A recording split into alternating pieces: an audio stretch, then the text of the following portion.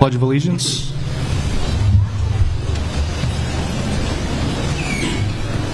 I pledge allegiance to the flag of the United States of America and to the republic for which it stands, one nation, under God, indivisible, with liberty and justice for all.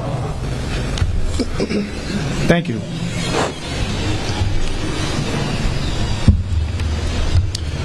So introducing tonight's panel, with me tonight is Steve Quigley from the Revere Journal. He's going to be our chief moderator. Myself, I'm Niles Welch with the Revere Chamber of Commerce. I'll also be assisting and moderating tonight. From Revere High School speech and debate team, I have Erta Ismaili.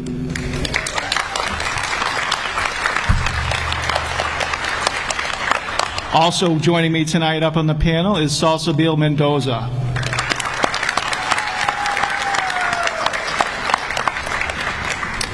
And Amanda Bonasaro with Revere Chamber of Commerce will be our chief timekeeper tonight.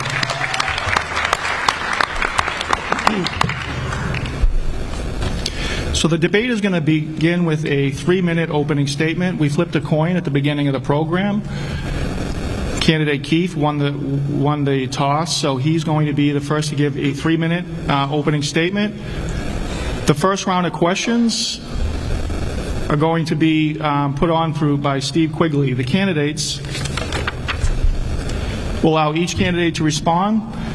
You'll have 1.5 minutes to respond to the question. Each candidate will get 1.5 minutes uninterrupted. At the end of the 1.5 minute period, the question will open up for a rebuttal period, and that rebuttal period will go for 4 minutes. Each section that you'll be asked will be 2 questions. So in total, in section 1, there's going to be 6 questions total asked to each of the candidates. When we move into section 2 is going to be a community question round. This section is going to be a collection of questions that have been submitted directly from members of the Revere community. Each candidate will have the opportunity to respond to the question an uninterrupted 2-minute time period, and there will be no rebuttal periods during the second section. And then finally, we will close out the debate with closing statements and remarks from each candidate and asking you why Revere should vote for you.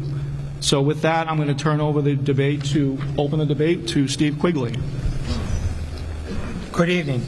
The first question is to Mr. Keefe, and it's about education in Revere High Schools.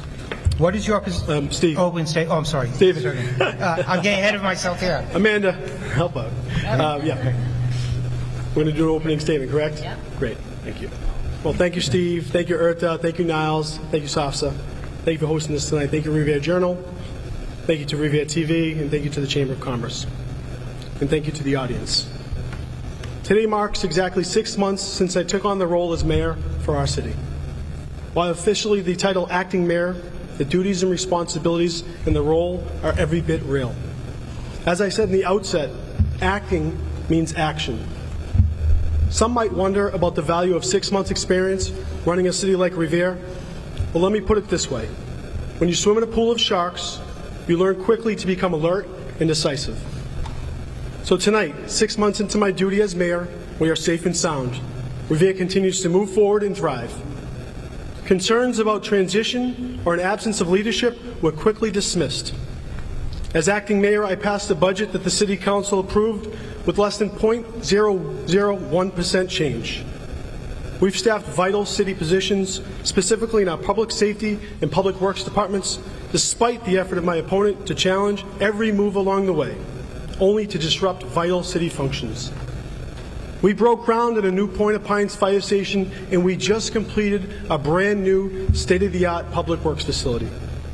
We continue to invest in our community's infrastructure, our educational programs, and we continue to enhance our youth and senior services. We're almost ready to unveil our new Robert J. Hass Wellness Center.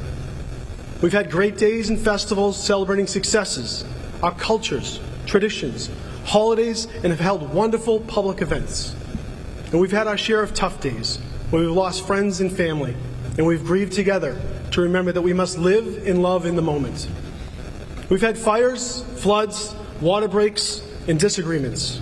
And we've had the satisfaction of overcoming all of these challenges through patient, and level-headed judgment. Yes, we have experienced all that you would expect in a normal term as a mayor. I've seen my fair share. Plain and simple, I have served you with less than 4 weeks' notice and one hand tied behind my back, and I'm doing the job. My parents taught me the value of an honest day's work. I'll always show up and put in the time, energy, and effort the role requires. You should expect nothing less of your mayor. All of the work of mayor has been done and will continue. The record never skipped a beat, and we intend on playing the music for the next 4 years. I look forward to your questions this evening. Thank you.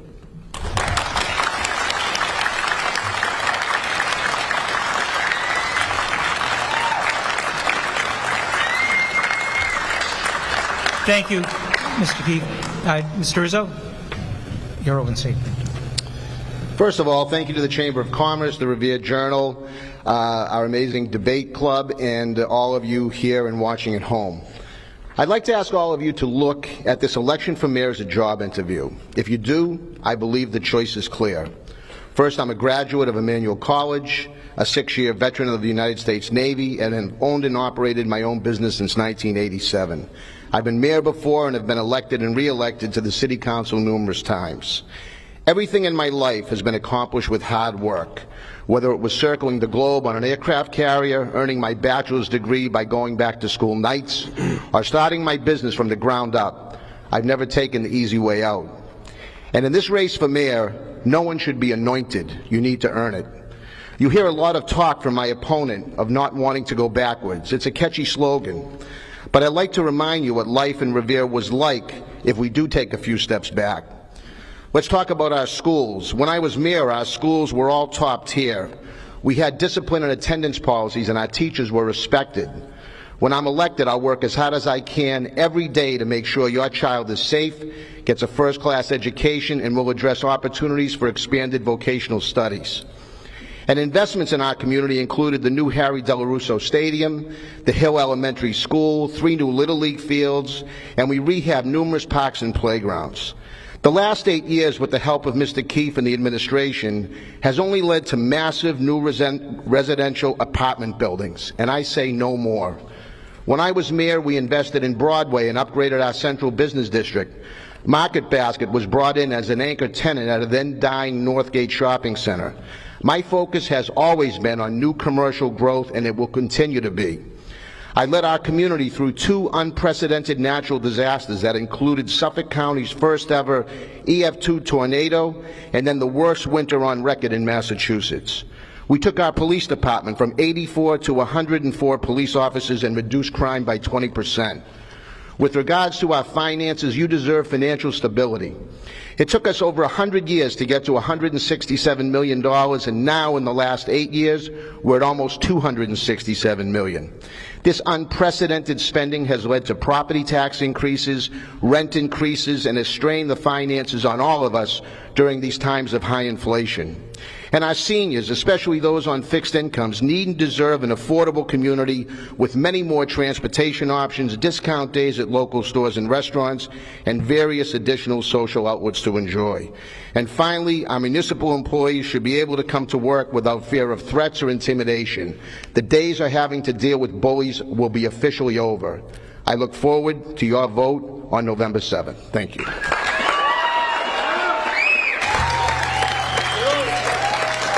Thank you, Mr. Rizzo. Now we come to some questions, and Mr. Rizzo will be the first to answer. What is your position on where the new high school should be built? And you'll have a minute and a half. My position has not changed. It should go where the existing high school is right now. To put kids down at Wonderland is absolutely absurd. First of all, we'll start with the finances. Right now, the city spent $29 million to buy the land. We're currently being sued by the owner of the property, looking for upwards of $100 million. That's just one part of it.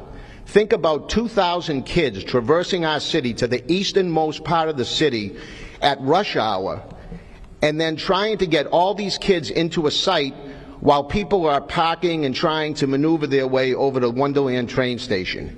It's an absolute recipe for disaster. It's a public safety nightmare for kids. And so as far as I'm concerned, the new high school should be centrally located. We have one high school in the city. It should be equally distanced for all children who attend it, and that's my position, and I'm not changing from that.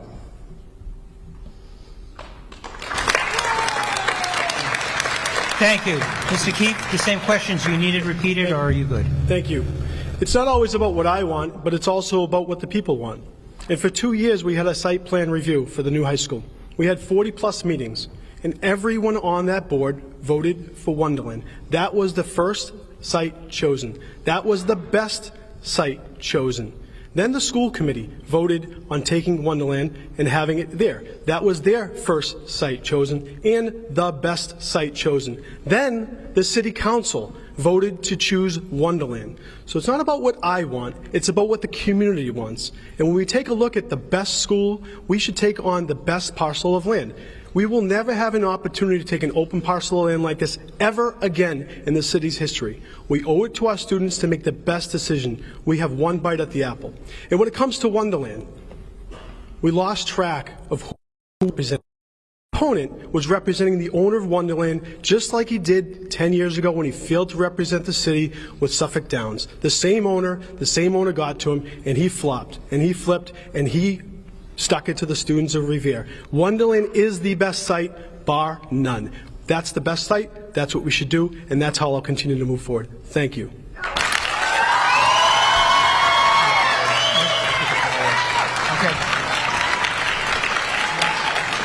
Thank you, Mr. Keefe.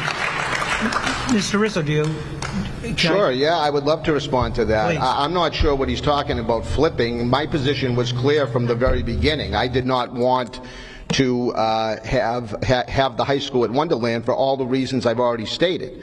It makes absolutely no sense. Whoever the next mayor is going to have to untangle this mess down there, because thankfully the majority of the city council came to their senses and voted down schematic design. So it's not about, look, we're all individuals, we're all elected officials, we get elected by the public, and we're supposed to make our own judgment calls. And as far as I'm concerned, the judgment call I made had nothing to do with the owner of the property, it had to do with the safety of the children. So, like I say, it should go at the existing site. I'm not backing off on that. My opponent can talk about, make these allegations in 10 years ago in Suffolk Downs. I don't even know what he's talking about, quite honestly. But realistically, when it comes to the high school, which is the topic that we're talking about, that high school belongs where it is. It was put there for a reason back in 1972, and in my opinion, it should stay there. Thank you.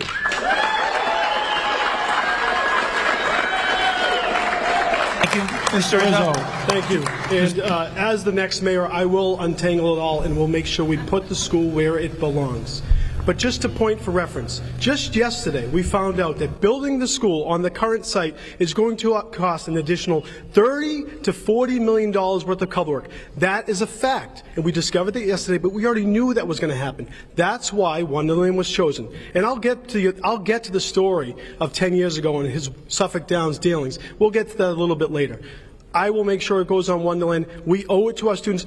For the next 50 years, the only thing that will go on Wonderland is housing development. So if you want it to go somewhere else, your proponent is asking for housing development on Wonderland. That's the only thing that will go there, because that's all he has attracted in his term as mayor, and he's always going to take care of his guys at Suffolk Downs and now Wonderland.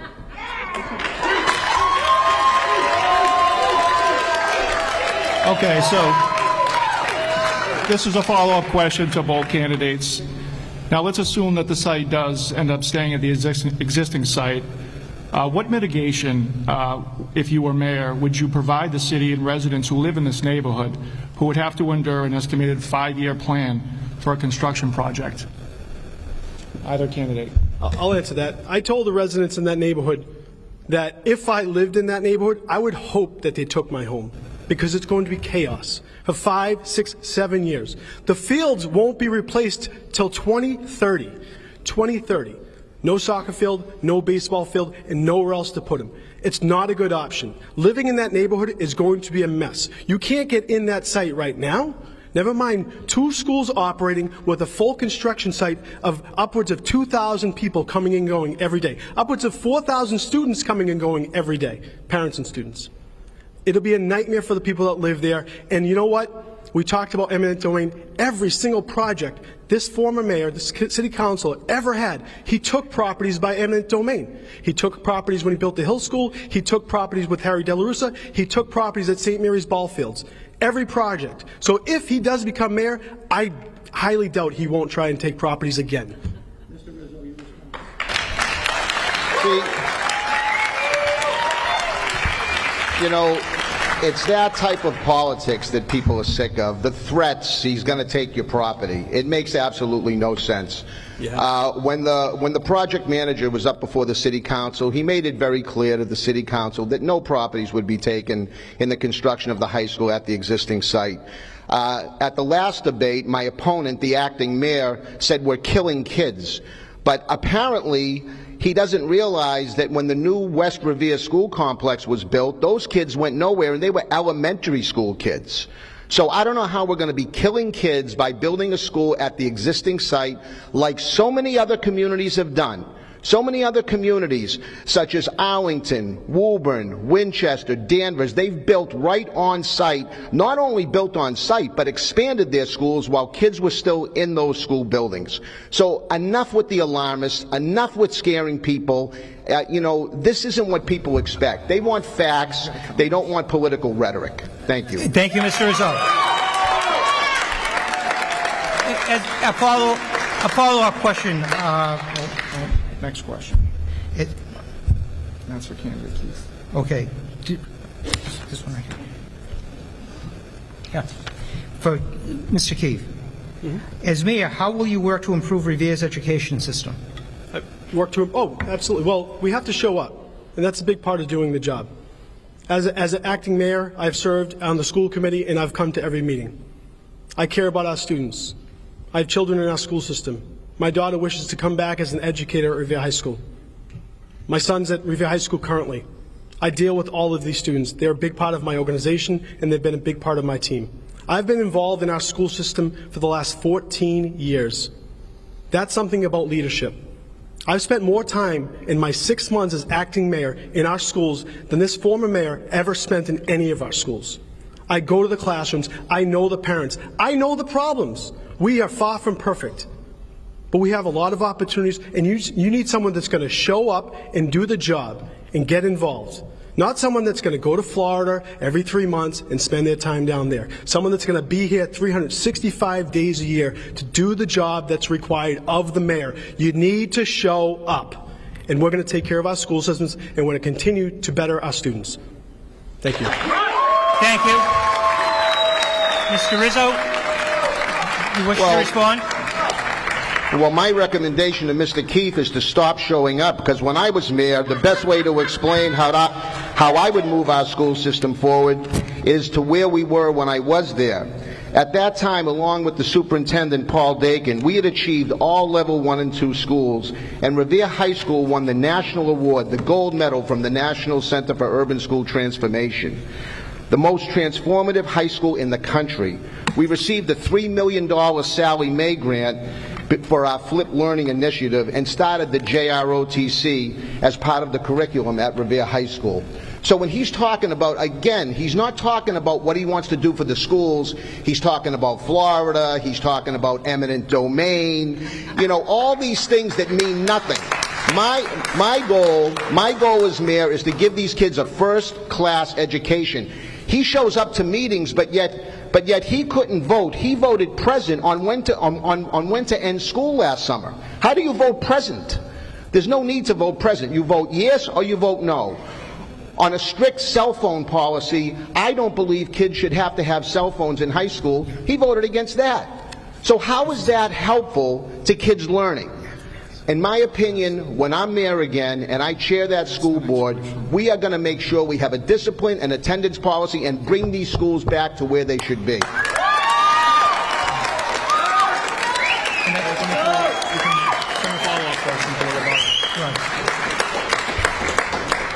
Okay, we're moving on to I housing get to and rebut commercial. on that? Oh, rebuttal? We're going to open that up for rebuttal. That's Okay, going to be a thank you. 4-minute rebuttal period. Thank you. Well, how do you measure schools? Here's how I measure schools. Kids going to college, graduation rates, what they can do after high school, after secondary school. That's how I value our schools. More kids this year received AP recognition level 3 than ever in the history of Revere. Twice as many as when Councilor Rizzo was mayor. Revere High students received over 350 college credits to attend schools next year, 3 times as many when Councilor Rizzo was mayor. Saving families over $500,000 in college education. What is our job as educators? What is our job as a city? To prepare students for the next level. Our kids are graduating at a higher rate. Our kids are performing higher. And yes, maybe some of the scores are a little bit lower on those metrics. Our students are 35% more high needs than they were when Councilor Rizzo was the mayor. We have more kids that have severe poverty. We have more kids that come to our country that can't speak English. And we have more kids that come from broken homes. We have to educate all of them. We can't choose to take our city back and go backwards. We educate the students that come to our city. We welcome them all, and we're putting them off into the best future they can get. These are the schools that believe in our students. These are the schools that believe in Revere students. Harvard, Princeton, Penn State, Northeastern, New York University, MIT, Brown, Brandeis, Boston College, and I go on. Those are the schools that our kids went to school with this year. 2 to MIT, 1 to Wesleyan. Our schools are doing good. We can do better. I agree. And I will keep my hands in the mix. Thank you. Mr. Rizzo, your response. Yeah, we had all those similar needs. I think Mr. Keefe should go out to San Diego State and see if they want to take back our National Center for Urban School Transformation Award, because we had an awful lot of kids doing an awful lot of learning when they were there, going to all of those same schools. But at that time, we had a plan. Superintendent Dakin and I had a plan on how we were going to educate these kids. We even had a plan on how to educate the parents. That's why we started the Revere Community School, to help parents so they could go home and help their kids do their homework.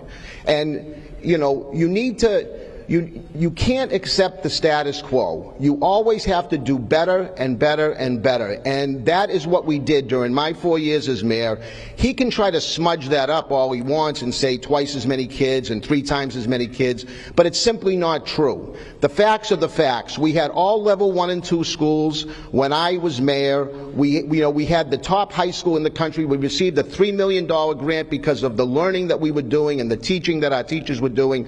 And that's just a simple fact. So if you want to muddy it up, that's okay, but I stand by facts, and I stand by the fact that we need to improve these test scores regardless of the challenges. I'm not about excuses, I'm about results, and that's why I can't wait to take over as chairman of this school board. Thank you.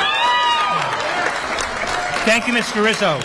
We're going to go to the next series of questions, which is on housing and commercial development. And I'll give Mr. Rizzo the question first. Mr. Rizzo, what is your definition of responsible development, and what safeguards can be put into place to ensure infrastructure is not overburdened? Well, this is something I've been talking about throughout the entire campaign. Controlled economic development. When I was mayor, we focused primarily on commercial growth. There was one residential component that was part of our plan, and that was the Wonderland TOD project that was started under Mayor Tom Ambrosino. It was a great project, and I stand by it. And any residential development that was coming out of the ground at that time was as a result of the work that we did with Tom Ambrosino. What we've seen now over the last 8 years has just been extraordinary. Our services have not kept up with the growth of our city. About a year or 2 ago, I know the administration was celebrating the fact that we had the fastest growing city in the Commonwealth, which I ask myself all the time, how does that benefit us? How does it benefit the people that live in our neighborhoods? We're the fastest growing. What does that even mean? As far as I'm concerned, if you want to be the fastest growing, you have to do it responsibly. You have to do it with services that coincide with the growth. Right now, our services absolutely do not coincide with our growth. So any mitigation that's done before any project is considered in this city going forward. That mitigation is going to be done prior to that project being approved, not afterwards. Thank you. Thank you. Mr. Keith, do you need the question, or are you good? I'd love to answer the question. No. Do you need it read? Pardon me? You don't need it read. You can read it, please. Okay. I got the question. Okay, Okay. great. Thank you. As far as development, I agree. I understand there's a lot of frustration out there when it comes to overdevelopment. And there's a lot of frustration when there's no balance with commercial development. But my opponent likes to talk the talk, but he doesn't walk the walk. He was for it before he was against it. In 2015, in 2013, he hosted summits to not just bring out-of-town developers, out-of-state developers, and out-of-country developers that were only proposing housing. He just mentioned Wonderland TOD. Earlier, we heard Wonderland wouldn't be housing. He just said it again. Here's the proposals and projects that Dan Rizzo was supportive with were 100% residential. Vanguard, Rumney Flats, Quarry Site, Roseland, North Revere, Elliott on the Ocean, Beach House, Ocean 650. All of these, 1,500 to 2,000 units. Not one piece of commercial development. Not one. But when we talked about real development in our community, the largest commercial development in our city's history is at Suffolk Downs. Dan Rizzo attended none of the mitigation meetings, not one, because he lost his election and disappeared, and then decided 2 years later to come back again. And then he's doing it again. And he'll lose and disappear again. He didn't attend one. 50% commercials going down at Suffolk Downs. That's the largest commercial development in our city's history and will be the largest commercial development in our city's history. And he chose not to attend. So he doesn't care about development. He just cares about himself. Simple as that. Thank you. Mr. Rizzo, do you want to respond? You know, it's funny. Please. It's funny how he brings up some of these projects. He's living in an alternative universe. I have no idea what he's talking about. Beach House. You know, these things, I have a document here, and it's been online. I'll put it up again. It was a request for a 2-year moratorium on all large-scale residential development back in 2015, but his predecessor, who's supporting him wholeheartedly, ignored it, and what we see now is what we have. You know, when it comes to Suffolk Downs, I was the sole no vote at Suffolk Downs because the city did not do its due diligence. That's the reason we found ourselves in a big problem with respect to the biolab. We've got 10,000 residential apartment units that will be combined with Revere and East Boston. And by the way, if you look at the mitigation that East Boston got, there is zero comparison to what Revere got. We got absolutely nothing. So if you want to represent the city in a way that actually represents the people, you have to do your due diligence. Unfortunately, this city couldn't wait to, to vote yes because, they felt as though that we needed to get more housing out of the ground. We couldn't get it up fast enough during the entire time over the last 8 years that they've been in charge. So why not vote yes and get even more? So, I proposed a moratorium. I am not for residential development. We've always focused on commercial growth, and that will continue to be my focus. Thank you. You have to show up. To do your due diligence, you have to show up to the meeting. He didn't show up to a meeting on the Suffolk Downs redevelopment. Not one single meeting. For 6 months we met. We did our due diligence. The council voted in favor of it almost unanimously. Okay? That's due diligence. He didn't show up. He took his ball and ran home.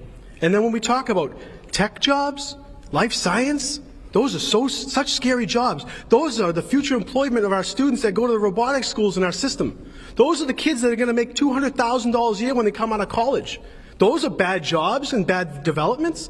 Tech, life safety, are you kidding me?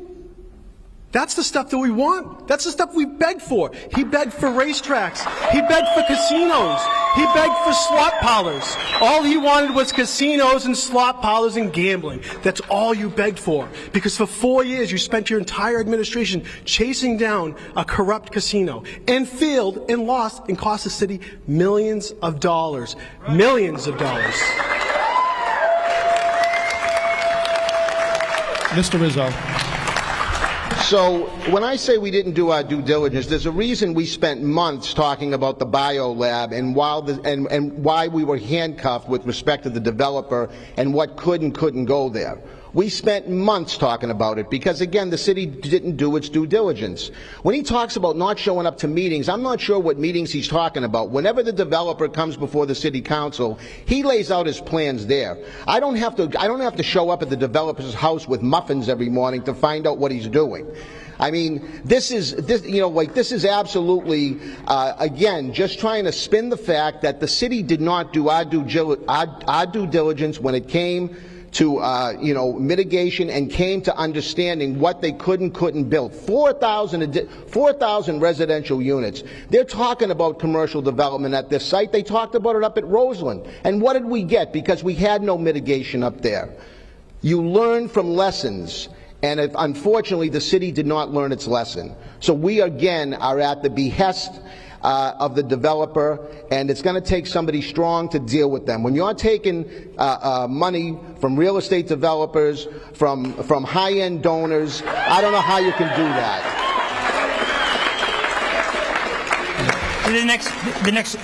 We're going to go on to another question, and this is for Mr. Keith's going to start it off. Is given inflation and the rising cost of living, what would you say to homeowners in Revere that are concerned about property taxes and utility expenses consistently increasing? Yes, it's real. It's real for all of us. I'm a homeowner. I've just reduced my wages by becoming the mayor of our city, and I have a family of 4, and I know what property taxes are like. I pay them just like you, my water bills. I don't have a home in Florida. But what I will say is, just recently talking about community mitigation, working on an aggregate agreement to buy energy in bulk and try and save our community money. When it comes to taxes and inflation, we just released a budget. General government spending went down. In an inflationary period of over 8%, I reduced general government spending by 3%. Do the math.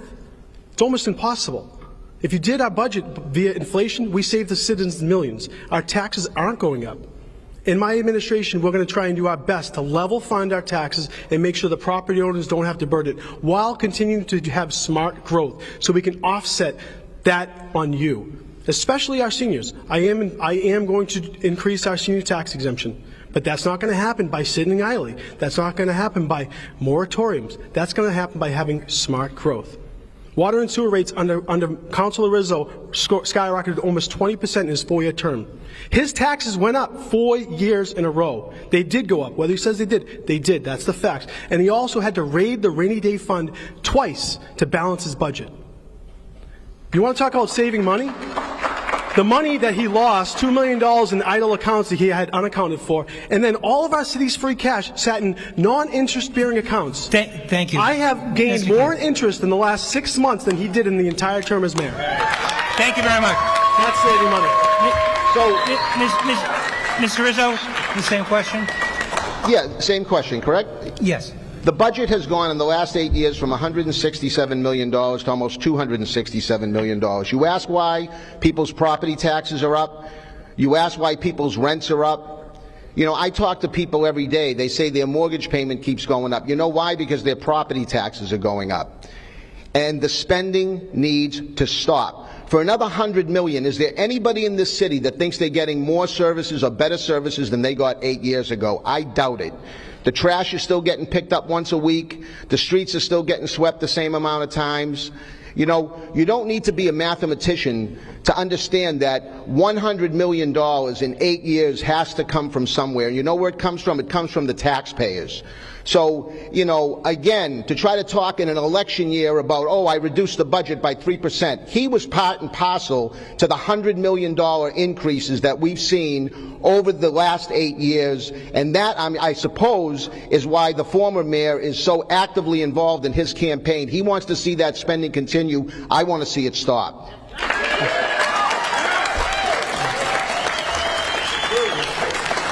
Thank you. Now we're going to open it up for a rebuttal period of 4 minutes. A rebuttal period for 4 minutes. Mr. Keith. Rebuttal, sure. Thank you. 14.1 tax rate under Dan Rizzo, 9.4 under Keith. I'm not sure. That's the math. But yes, we've grown. And I will say net school spending dictates a lot of what your budget has. Net school spending, you have to spend, just so he knows, teach him about the budget.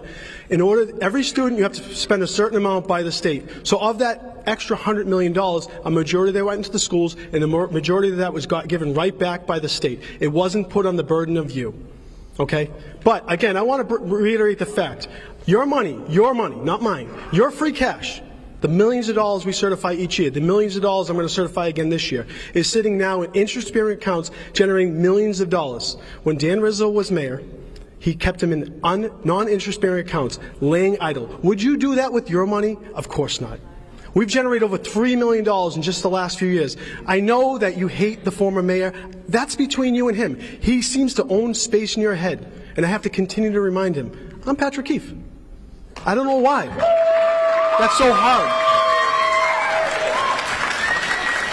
But 14-1 and 9-4. That's the numbers. And again, water and sewer rates went up 20% during his administration. 20%. You can't hide from those numbers, Dan. Mr. Rizzo, your response.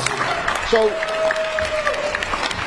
okay, somehow he's trying to say that water and sewer rates and taxes were higher when I was mayor. That's just amazing to me. You know, I don't know which residents you've been talking to, but people are not happy with what's been going on in this city.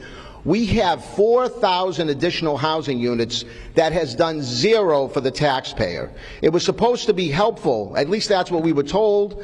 You have all this overcrowding, the overcrowding in our schools, the overcrowding in our roadways, all the inconvenience, people trying to park in their neighborhoods. And what have we got in return for it? Nothing. We have higher taxes, we have higher water rates. We sit around and think about how are we going to continue to grow and build in this city. That's not what I want to be doing when I'm in that mayor's office. I want smart growth, and I want growth that's going to be commercially based, and it's going to have services that are going to support it. So he's throwing out numbers here to try to muddy the waters and talk about how good we have it. The reality is there's $100 million that the budget's increased in the last 8 years. It took us 100 years to get to 167 million. If you look at it, 267 or 262 million dollars now. It's not sustainable, and the people deserve better. Okay, we have 1 minute left in this question. Mr. Keefe, do you have anything to respond on that? On that? Yeah, he voted on that budget. He voted on it. And, you know, we did talk about inflation to begin this. How much has insurance gone up over the last 4 years? How much has insurance gone up in the last 8 years, Dan? You do insurance? My homeowner's insurance almost doubled in the last 4 years. Our taxes haven't. Okay? So we know the cost of living has gone up. We have to do our best to mitigate it. I'm just going to use it again, 20%. Ours went up 1%, 2%. If we have another 4 years of Dan, we're going to have 25, 30% increases on those home costs. But we're going to have a good mayor. Don't worry about it. I'll take care of it. Not Brian Arrigo. Patrick Keefe will take care of it. Thank you.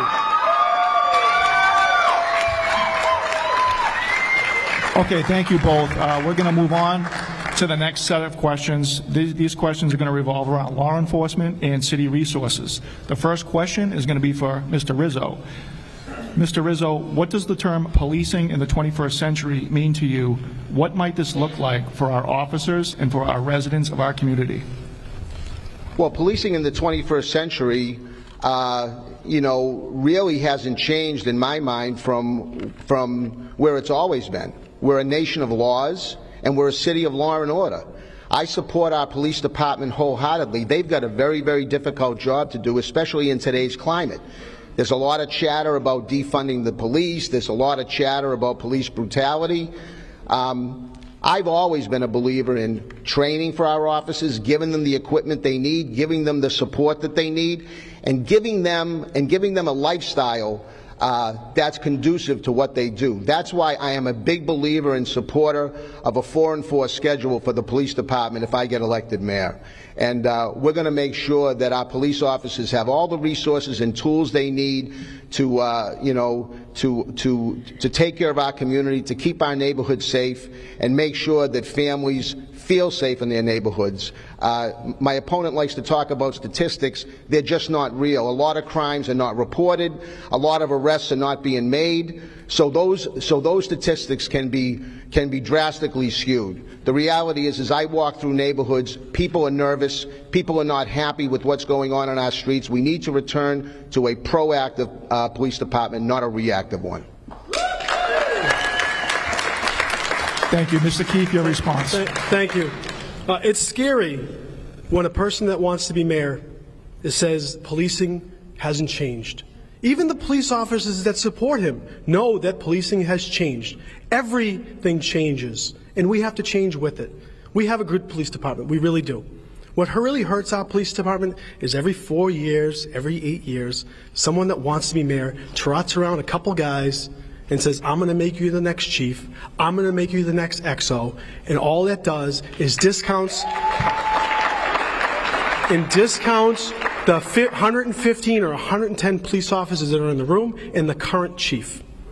It sends a confusing message to the troops. It's really lacking extremely poor leadership. I vowed not to put politics ahead of policing, and I haven't done that. My colleague over here, Councilor Rizzo, trots around guys to streets and tells us everyone how bad it is, but these guys think they're going to be the next chief. That's not how you run a police department. We have to keep our politics out of the police department. We need to support them. We need to give them the reinforcement. Yes, I agree. It's hard to get staff these days, and I would be in favor of going with the 4 and 4 if that helps get our numbers up to where they need to be. I'm 100% in favor of that. But I'm going to support my chief, and I'm going to support whoever is the chief. We're going to pick the best and the brightest to be our chief. They're not going to come knocking doors with me. That's not going to ever happen, ever.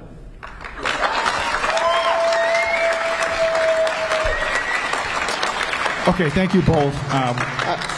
We're now going to open it up for a 4-minute rebuttal period. Mr. Rizzo, would you like to respond?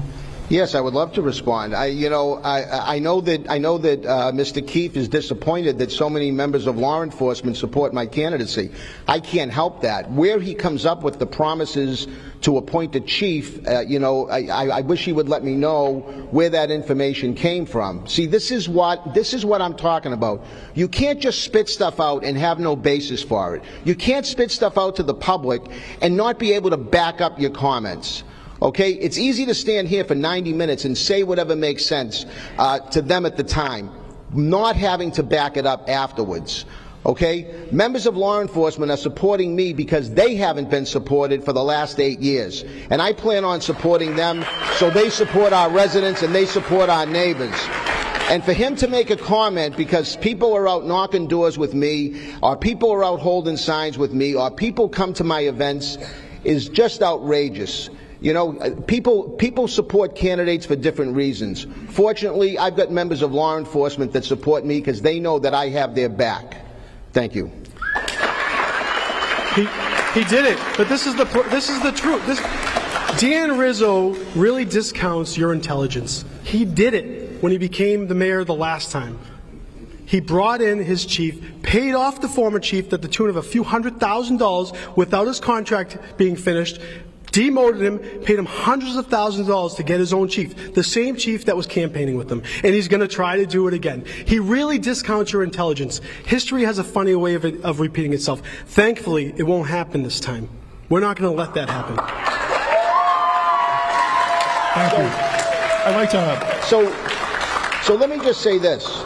My chief that I hired when I became mayor, we did a blind poll of the members of law enforcement that were there at that time, 84, which I took those numbers to 104 in 4 years' time. Every member, except 4 or 5 of them, said the morale in that department had never been worse. So we knew there was a leadership problem then. The guy that I appointed, Joe Caffarelli, him and I had never had a sandwich together when I appointed him. I knew him as a city councilor. I knew him as a good cop. He came from a long family of police officers. and he was the right choice, and I'll stand by that choice all day long. He was a great chief.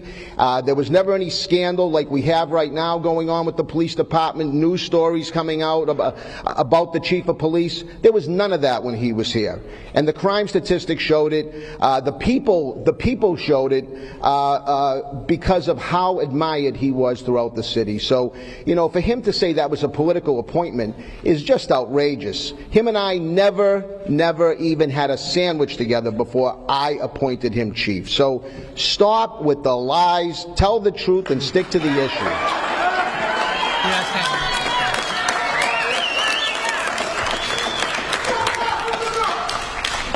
Thank you both candidates. We'll move on to the next question. This involves city resources, and the question is for Mr. Keefe. How would your administration plan to support our other departments throughout the city, such as the fire department and DPW? Thank you. Good question. Well, we just did it. For the last 40 years, the DPW has had a building that was unserviceable to the public. We had employees that had tarps over their businesses, over their equipment, just so they can stay dry from the rain. That's not dignified service.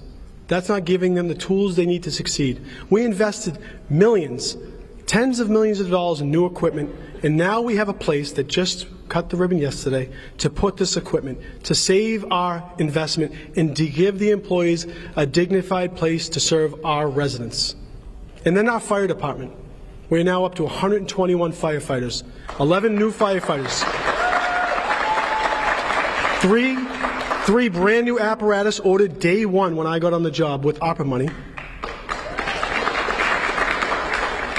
And those equipments will be delivered in time for the new Point of Pines fire station that hasn't been open since the 90s. We're going to have a Point of Pines fire station that's going to serve the needs of the Riverside and the Beachmont community and the Point of Pines community and the entire beach community for years to come. That's a vacant site that laid idle since the 90s. When you were mayor, you weren't able to do that. I did it right away.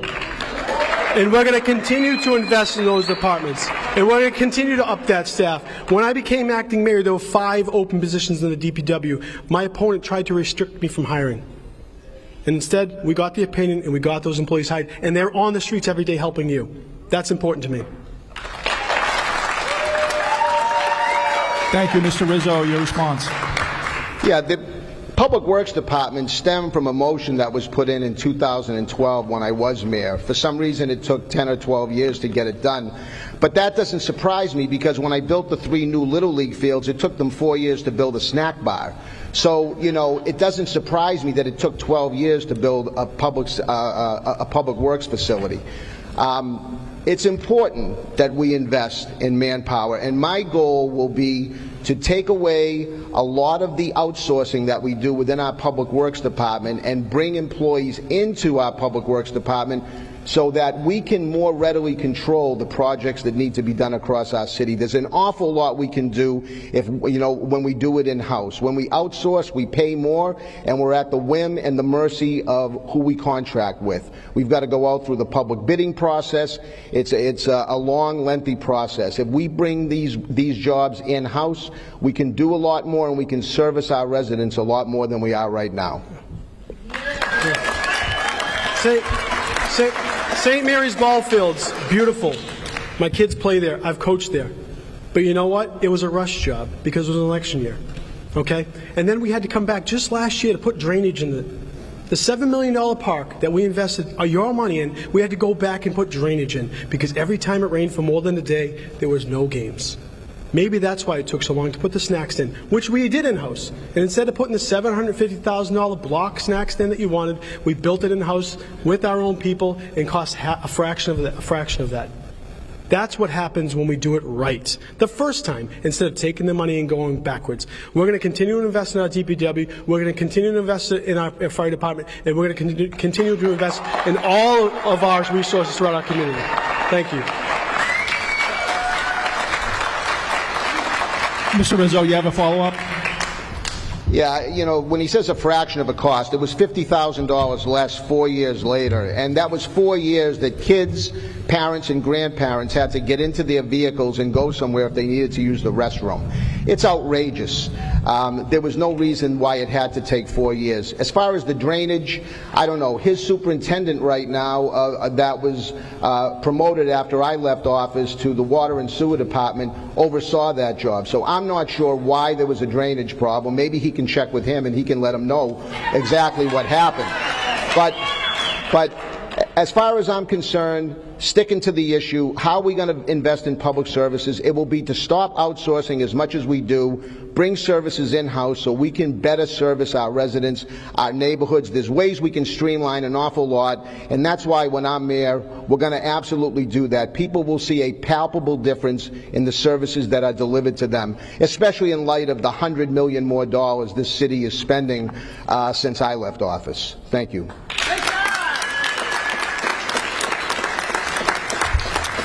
Okay, thank you both. Now we are going to move on to the next part of the debate. So this is going to be the community question round. This section will be a collection of questions that have been submitted directly from members of the community. Each candidate will have an opportunity to respond to the question that's being asked uninterrupted for 2 minutes. So the first question is going to be for Mr. Rizzo. Mr. Rizzo, what would be your first priority upon taking office in January if elected? My first priority, if elected, is to make sure that our police and fire have the necessary resources that they need to do their jobs. As I said earlier, we have not kept up with our manpower to match the additional growth in our community. So that's going to have to be immediately looked at. My opponent mentioned the Point of Pines Fire Station that Councilor Powers admittedly says he's been talking about for 25 years now. It's finally coming out of the ground. I don't know how long it's going to take to complete, but now that is no longer a luxury. It's a necessity because of all the development that Mr. Keefe and the prior administration have allowed to happen. People in the Point of Pines and the Riverside wake up and looking over them at 291 more units that are going to obviously need servicing. And where is this service going to come from? Right now, our standby ambulance service is deplorable. Unfortunately, we had a 3-month-old at One Carey Circle that was in distress, not breathing, and it took over 30 minutes for an ambulance to show up. That's outrageous, but yet nothing has been done. So they sit back, watch the city grow, but could care less about the services that are provided to those of us that have lived here for a long, long time. It just makes no sense to me. So the first thing I'm going to do is get my arms around the staffing levels of our police, fire, and standby ambulance service and make sure that our residents are adequately protected.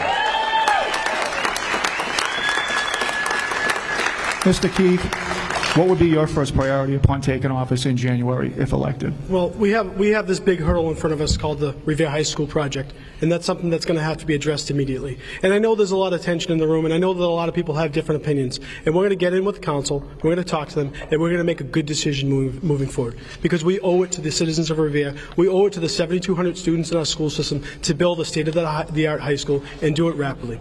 Councilor Rizzo campaigned in 2019 and said he was going to fast-track a new Revere High School.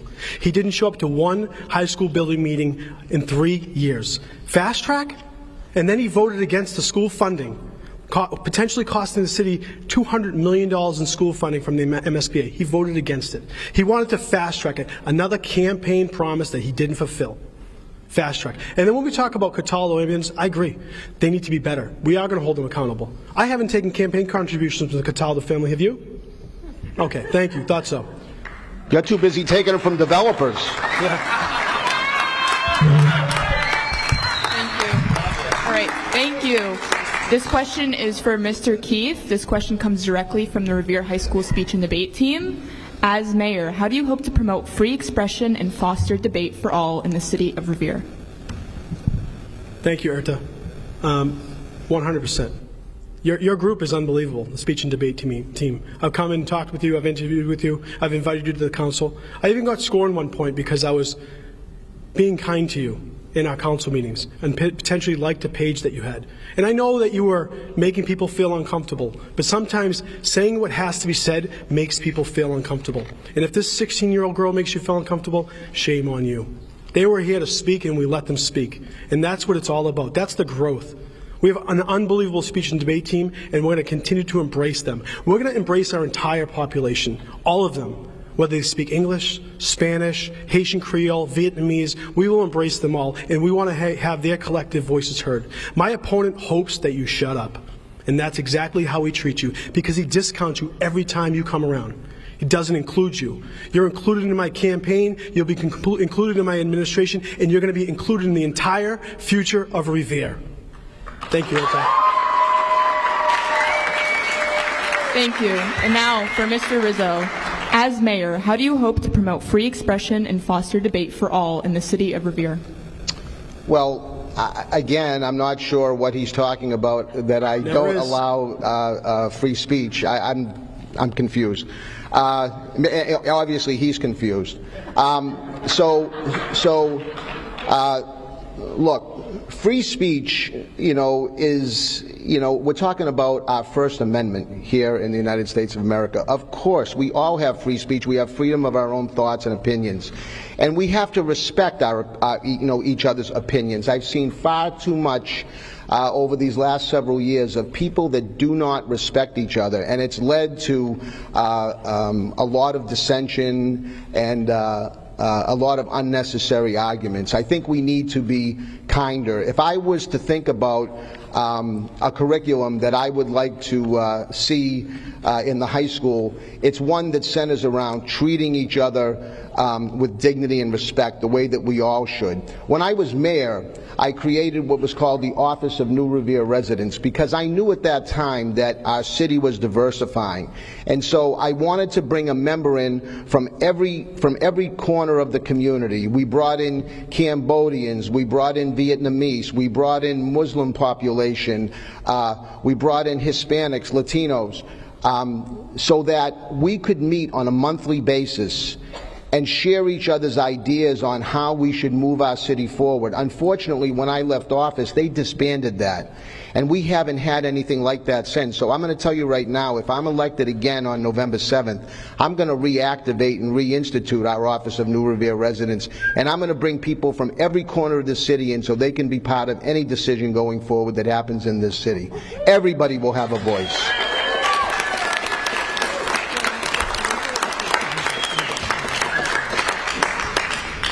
To Mr. Rizzo, as Revere is a drive-through city and many roads are the responsibility of the state, what are some of your ideas to help curb the traffic problems we face and better ways we can work with the state? Yeah, so I spoke with the regional director for Mass Department of Transportation that represents Revere. They're in Arlington. He told me straight out, when I was mayor, my office would call them probably once a week. In 8 years, he can count on one hand the number of phone calls that he has received from City Hall. This has to change. The DOT has major roadways through our city, and we need to work with them to unclog them. My opponent has no solution other than to keep building. And I say, the first step toward digging yourself out of a hole is to stop digging, and that's what we have to do. And so, that being said, I will bring in a full-time traffic professional, somebody in City Hall that, again, we don't have to outsource for all these traffic studies that we do time after time after time, a full-time traffic professional that can help with potentially grant money from the state for automated signalization that can help us. I will absolutely add members to our law enforcement so we can expand our traffic division. Our traffic division consists of 2 members right now. How can 2 members possibly handle the traffic crisis that we have in our city right now? It's impossible. So we need to increase the members of the traffic division. We need to bring in a traffic professional that's going to help us. Unfortunately, we're doing it backwards. We should have done traffic studies before all of this building happened. Unfortunately, we're going to have to do it in reverse. But it can be done, and I'm prepared to do it.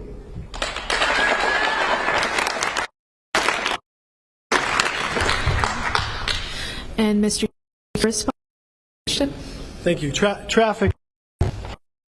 So I'm going to bring it up. Over as the office, and we share a lot of information that was with our former mayors, and former mayors. And I hate wasting money. But we have things like this, traffic studies, that he bought and never utilized. Maybe it was his friend in Arlington. Maybe the guy needed a job. I don't know. But these are the traffic studies that collect dust in the mayor's office. And I'm not going to sit there and I think mayors have made that decision to take studies and not actually implement them, because the work is really hard. We know that. And there is no one felt solution to fixing our traffic. We are a large cut-through community, and we need to take a really good regional approach. We need to work with our neighboring towns to make sure we impact traffic together. My relationships with Boston, Everett, Lynn, Malden are all strong, and now Chelsea, new administrator in Chelsea. We all have good relationships. Half of them have offered to endorse me, because I will work with them in making sure that we can solve these problems together. We have to take a look at the Sumner Tunnel closure over the summer and take a look at the benefit that we saw, even though we had to go through that growing pain, of what rapid transit meant to our community, what expanded ferry service did for our community, and those are the approaches that we can take in solving some of our traffic. But guess what? We are in Revere. We're a cut-through community. The greatest commerce north of us, south of us, is Boston. It's a wonderful economy. People want to live closer to Revere. People want to get closer to Boston, and people are going to cut through our community. It's just a fact. If you don't think that that's going to happen, you're living in a fantasy world. Thank you.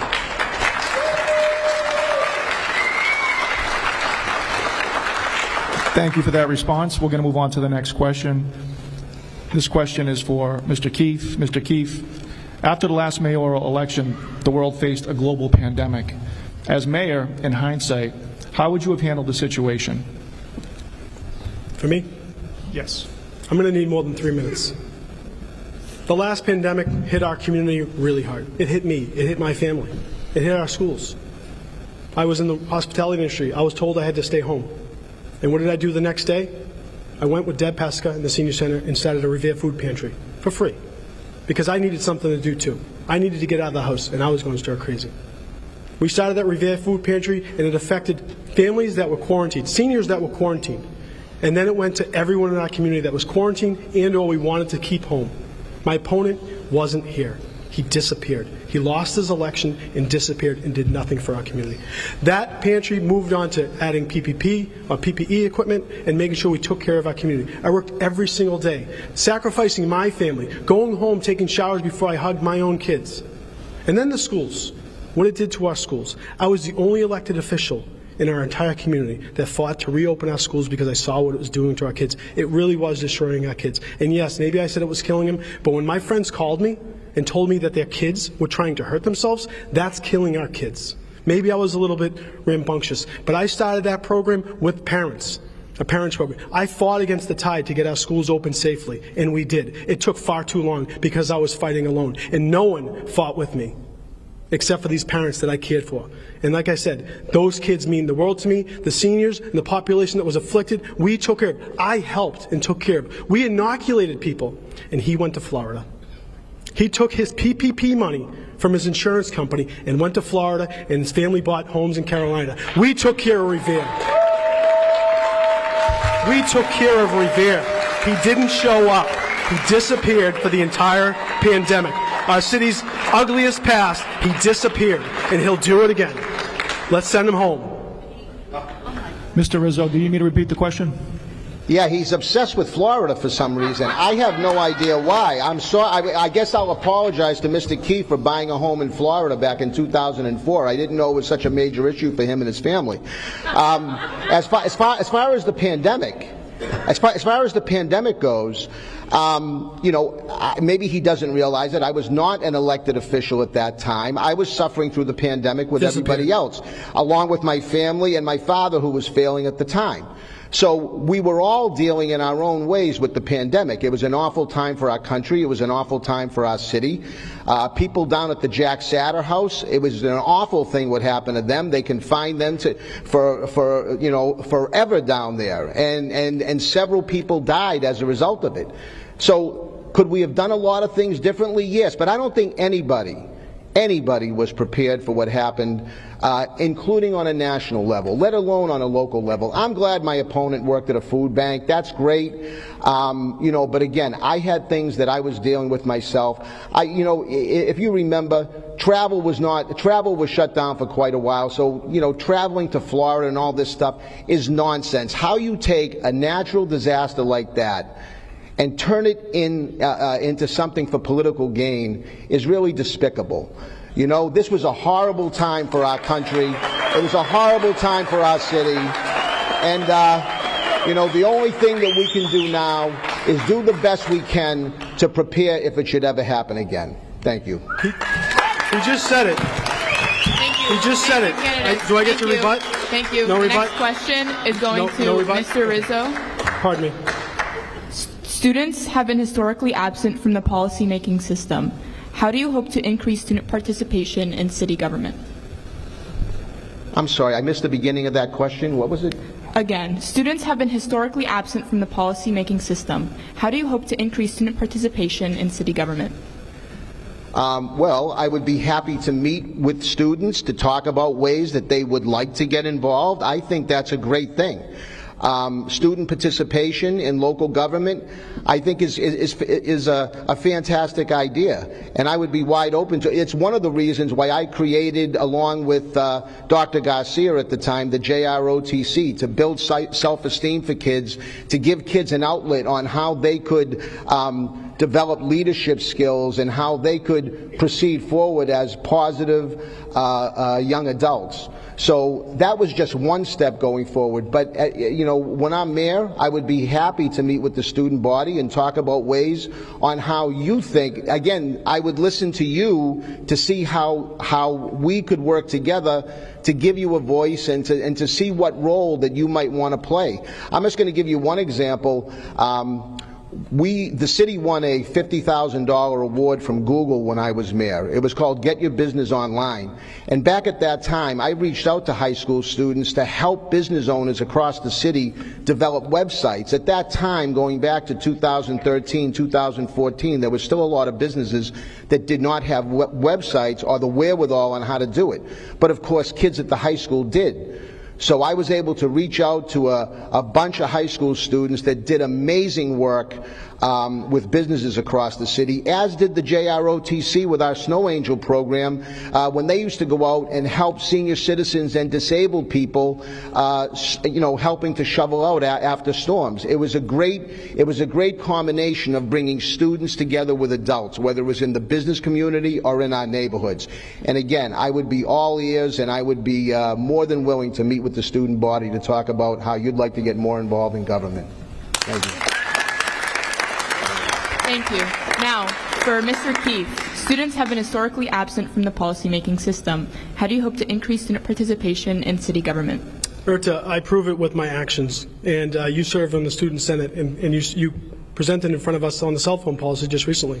And I am all in favor of a stricter cell phone policy, but we need to make sure we have students buy in and educators buy in. And they didn't buy in. So we asked to push it along a little bit further, to tighten it up and get your voice. And that's exactly why I voted the way I did, to support you and support her and to support the rest of the young students in the audience and to support our teachers. That's action. Going to the school committee meetings. As mayor, former Mayor Rizzo showed up to 25% of the meetings, sometimes 50% of the meetings. And when he did show up, he left early. His number one role is to serve as the chair of the school committee, and he didn't show up to those. He didn't participate, and he just said when he wasn't elected, he disappeared. Because every time he gets unelected, he disappeared. He only comes here for your vote. And you can't vote, Erta, so your voice doesn't matter to him. But it matters to me. I've invited the Student Senate into my office. I've met with them. I've brought lunch. We've included them in my group. For a vote, please. These kids mean more to me than any of you over there. Times 10. Thank you very much.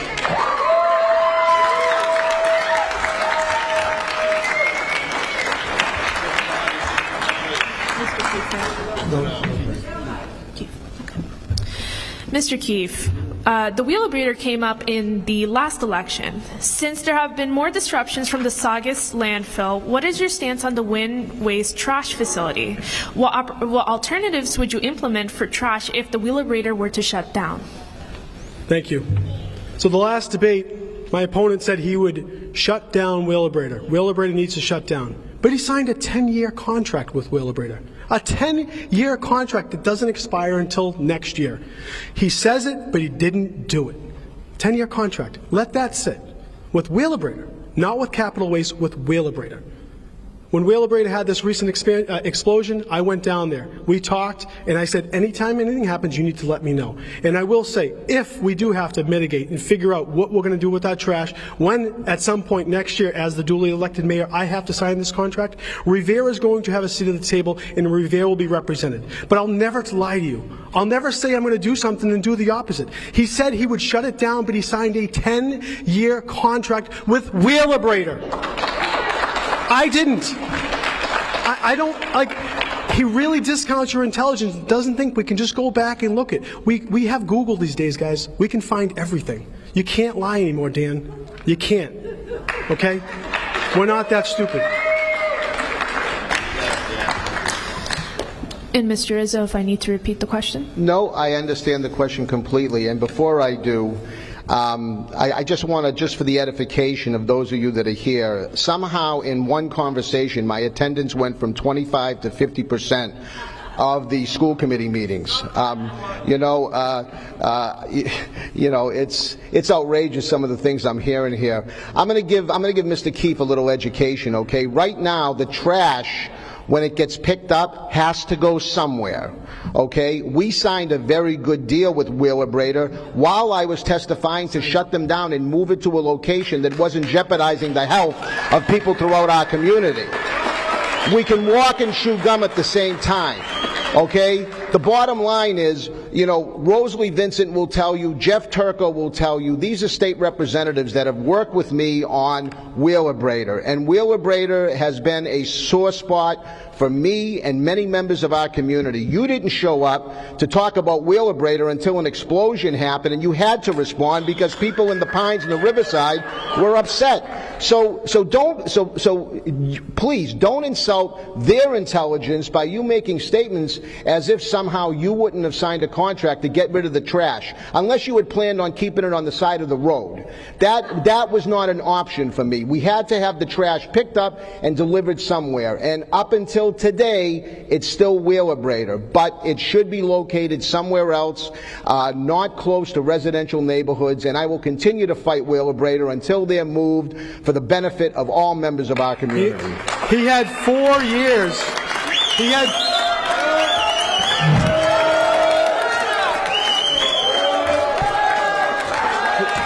had 4 years to shut it down. He didn't do it. All right, please. No rebuttal. I ask the audience, please, everybody in the audience, please allow the candidates to give their remarks. We're going to move on to the next question here. This question is for Mr. Rizzo. Mr. Rizzo, and this ties in with development. There are a lot in the community that feel with all of the development happening, some people feel they're getting priced out of their homes. How do you plan on supporting low-income households and unhoused individuals in Revere in the current climate that we're in? Well, like I said earlier, the first thing I'll do is focus on commercial growth. Unlike what Mr. Keefe said earlier, when we had our economic development summits, it did not center around housing whatsoever. The Wonderland Transit project that he references, he's confusing it with Wonderland Dog Track. They're two different projects. But as to the question, how are we going to help? I would entertain any project the only project that I will entertain that deals with any type of residential component would be for senior citizen housing and veteran housing. We do have a housing crisis. A lot of people that I have talked to, our most vulnerable appear to me to be our senior citizens. Our seniors, some of them are widows and widowers. They're left with a big house. They can no longer afford to maintain it. And sadly, the city continues to fine and ticket people despite being under these circumstances. It's really deplorable, to see these poor, vulnerable people, whether they're disabled people, people on fixed income, seniors, that are having real issues with staying in their homes. So I think that's something we're going to have to focus on with respect to having more availability for senior citizen housing, more availability, and I know we do have some veteran housing that was just built on Shirley Ave, but I think we could use more. So, it's an issue that we're going to have to put our heads together, but I believe that we can do it, and again, it's going to have to start with commercial growth, no more residential growth. It's proven that it is not helping the taxpayers, it is not helping people stay in their homes, and so going forward, that will be my focus. Thank you. Mr. Keith, you need to repeat the question?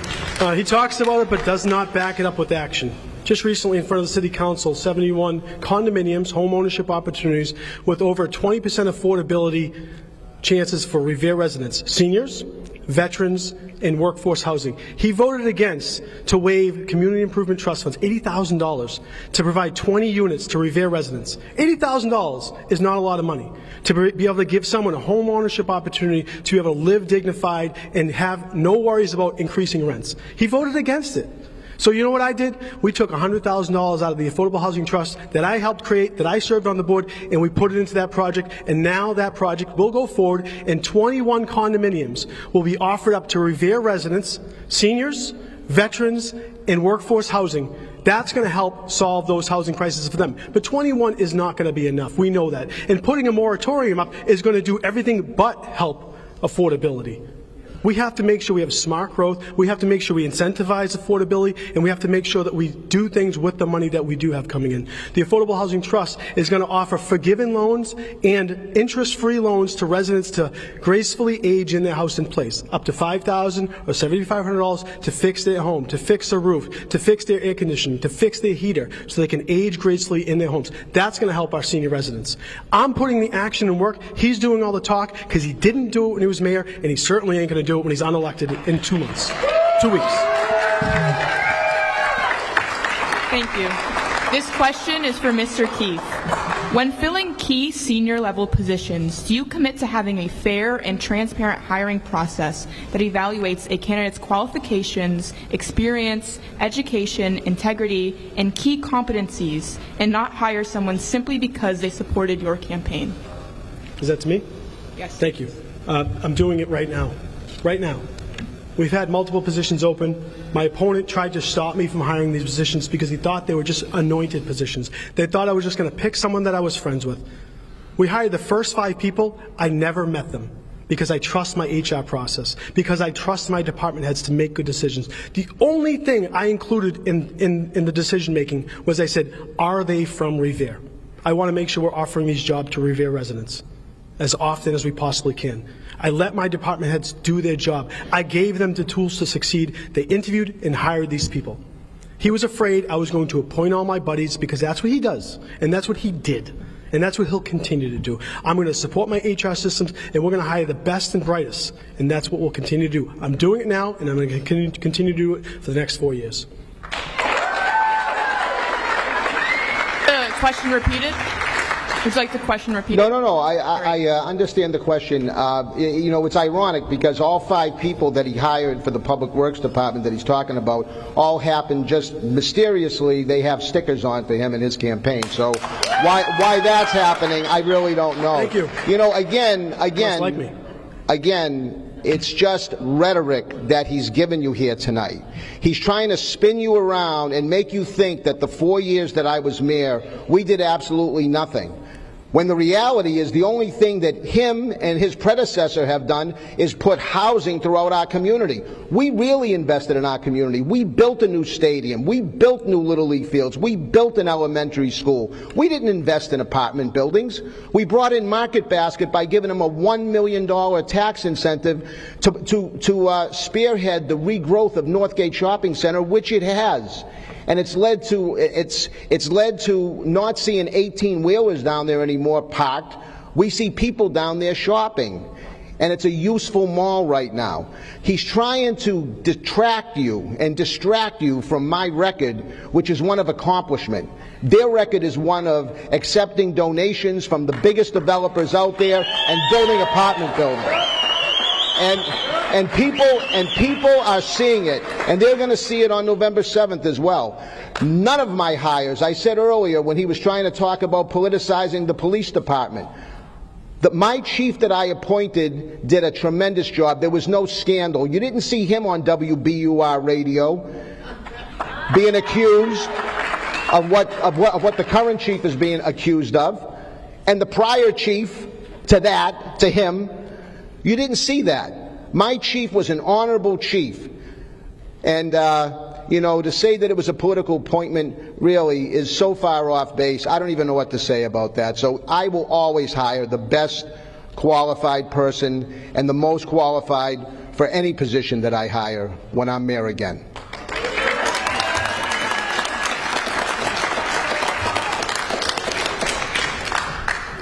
All right. Mr. Rizzo, if you could describe Revere in one word, what is that word that comes to your mind? Special. Revere is a special place. We come from all different walks of life. We come from all different socioeconomic backgrounds. We come from many different cultural backgrounds. When I was mayor, my last graduating class, the children of that class represented 50 different countries speaking 50 different languages. Yet, they all got along famously, and they've all gone on to do great things. I still see some of them even today. So Revere is a special place. I've always said our greatest strength lies within our people, and it does.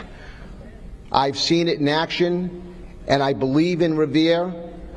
Unlike my opponent who just says he believes in Revere, he believes what he believes is what's good for him, not what is good for the people of this city. I've always been on the side of the people.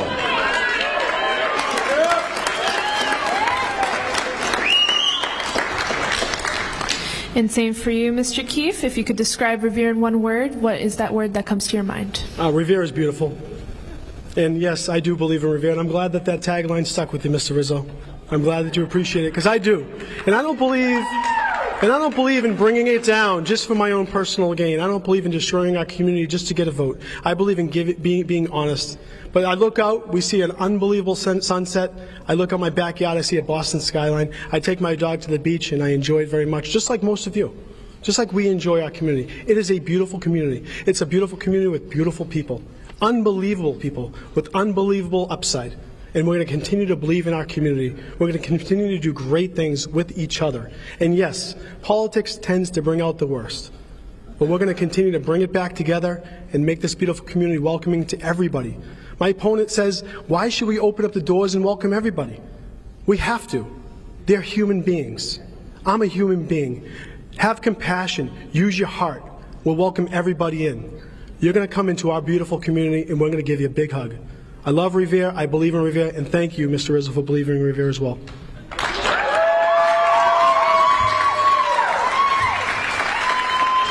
Thank you. And the last question of this section is for Mr. Keefe. Will each candidate pledge tonight that whoever wins, then the other will not only congratulate, but give full support to the new administration to unify and not divide Revere? Yes. Pledge 100%.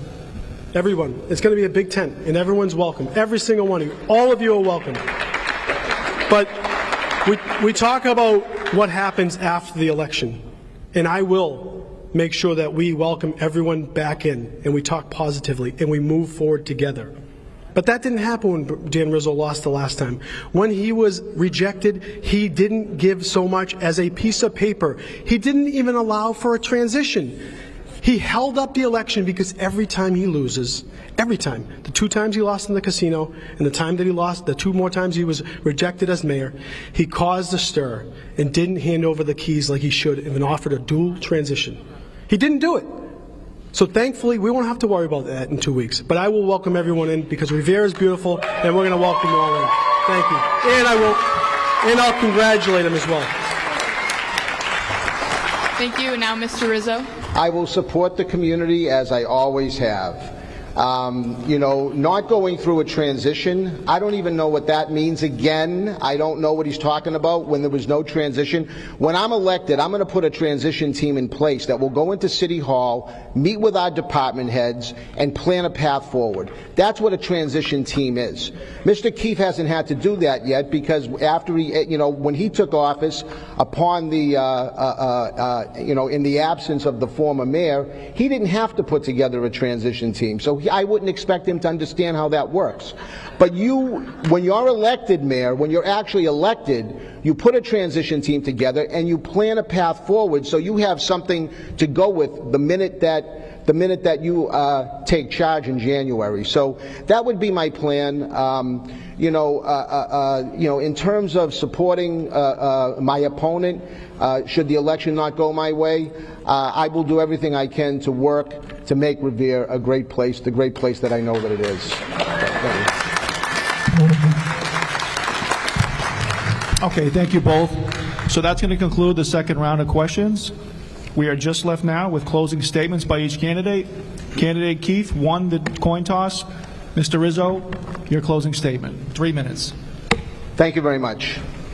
I believe deep in my soul that this is one of the most consequential elections that this city has ever seen. It will determine the future of our community with regards to development, education, and public safety. My positions on all of these very important parts of municipal government are no secret. I'm for a hard stop on large-scale apartment buildings with a focus on attracting quality commercial development that makes sense. I'm committed to returning our school system to top-tier status, utilizing my role as chairman of the school committee in conjunction with the members. And I am for law and order to protect our families and neighborhoods. The days of violence on our streets and in our schools, having a reactive police department as opposed to a proactive one, and a void of trusted leadership will be over. My opponent is being supported vigorously by the former mayor, and that should be able to tell you of what direction he's headed in. If you want the status quo, he's your guy. So you have a choice. We can continue down the path that we've been on, or you can elect a mayor who's committed to living here in Revere, a mayor who doesn't look at the job as a stepping stone to something bigger. Yes, we can choose a different path, a path that respects residents' rights to live a peaceful, happy, and productive life. Thank you for the tremendous opportunity that you've given me to serve our community for so many years, and I ask you once again for your vote on November 7th.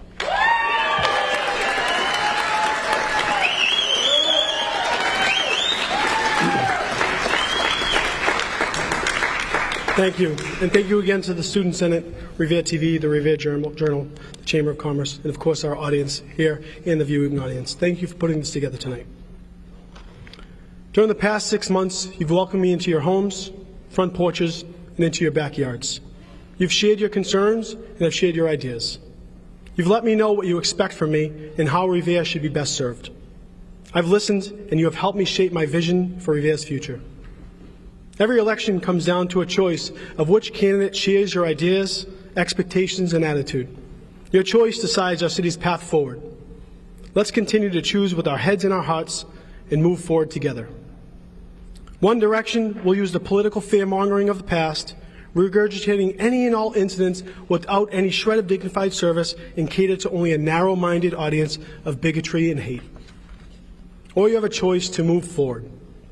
A choice to send a message promoting a youthful resurgence to Revere, filled with endless opportunities, highlighting our strengths while collectively solving our differences.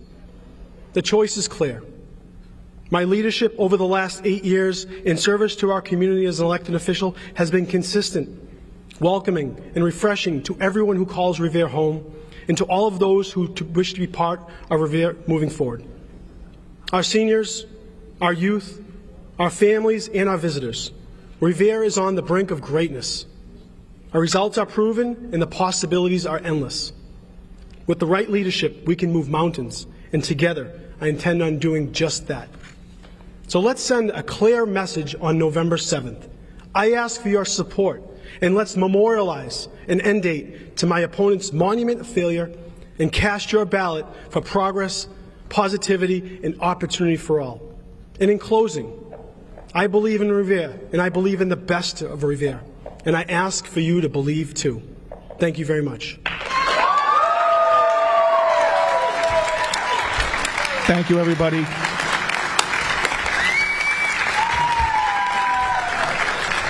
This is going to conclude our program tonight. We want to thank the candidates and all of our city partners who made tonight possible. Remember to vote on November 7th. Good night. Great job.